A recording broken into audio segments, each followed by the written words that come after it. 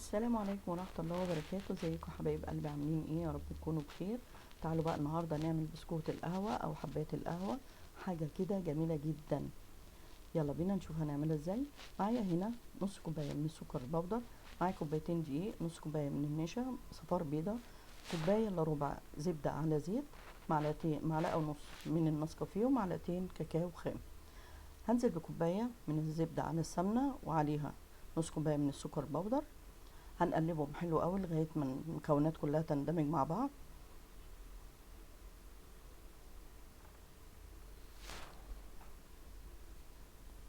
هنزل عليهم صفار البيضه. هنشيل بقى المعلقه كده ونجيب المضرب ونضربهم حلو قوي لغايه ما ينعموا معانا. معايا هنا بقى المعلقه ونص النسكافيه، هنزل عليهم بمعلقه كبيره من الميه الدافيه. هنحاول نقلبهم حلو قوي عشان ما يبقاش فيهم اي تكتلات.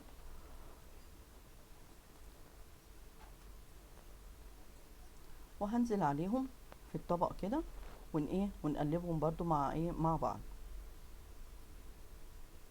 ما نحاولش يبقى الميه سخنه واحنا نازلين عشان البيضه ما تستويش، الميه يا دوبك تبقى دافيه.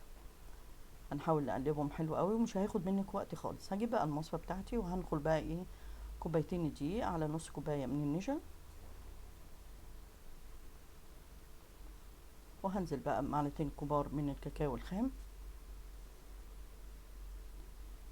ندخلهم حلو كده ونحاول نلم العجينه. احنا ما بن يعني مش بنخبز العجينه، لا احنا بنلمها. بأي بقى معلقة عندك صغيرة عايزة تخليهم كلهم مقاس واحد.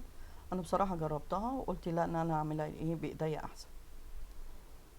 ركنتها بقى كده على جنب وقلت بالحجم اللي أنا بالويم كده أنا عارفاه. هسوي بقى العجينة من فوق ومن تحت كده من الجناب، وما تحاوليش تكبريهم قوي عشان لسه هيرتاحوا. واجيب بقى صاج كده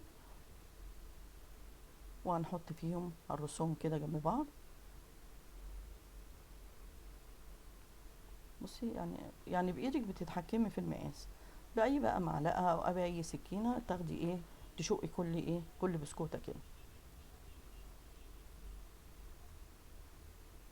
خدش مننا وقت خالص، جميل جدا. هنبدا بقى نحطه في الفريزر في التلاجة لمده نص ساعه.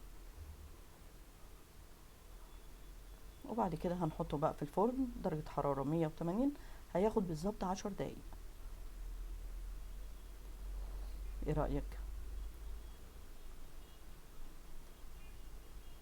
وهو حبايبي بعد ما طلع اهو، ايه رايك بقى؟ يلا بقى جربيه ومتنسينيش بقى باللايك والشير.